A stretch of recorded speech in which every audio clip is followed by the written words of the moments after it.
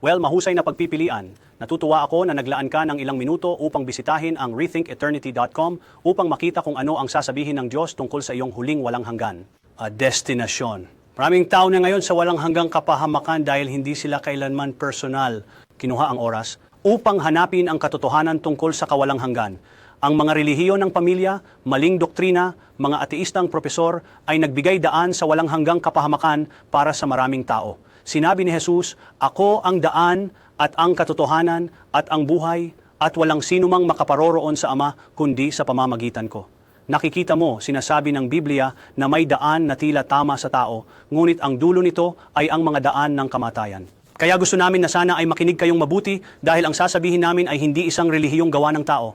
Ito ay direktang nagmula sa salita ng Diyos, ang Biblia.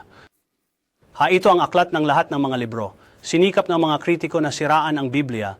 Kino-question ng dyablo ang salita ng Diyos. Tinangka ng mga puot ng Diyos na sunugin ito, pero gayunpaman ito ay isang walang hanggang libro. Pinagtatawanan ito ng mga tagapagturo.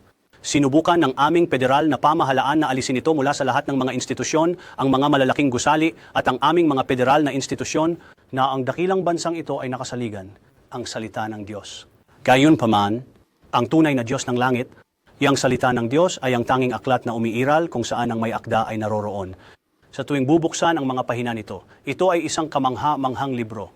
Flight number 73 dokumento ang makabagong himala na tumutulong upang patunayan na ang salita ng Diyos ay walang hanggan. Ang pagpapahinga sa hindi kalayuan sa isang 25 paa na crater na ganap na sinunog ang lahat ng mga bahagi ng eroplano na ito ay isang Biblia na may mga pahina nito na hindi inaawit.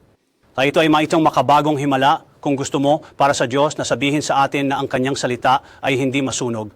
Kaya ang gusto naming gawin ngayon ay gusto kong ipakilala sa inyo si Dr. Tom Wallace. Si Dr. Tom Wallace ay isang mangangaral ng salita ng Diyos.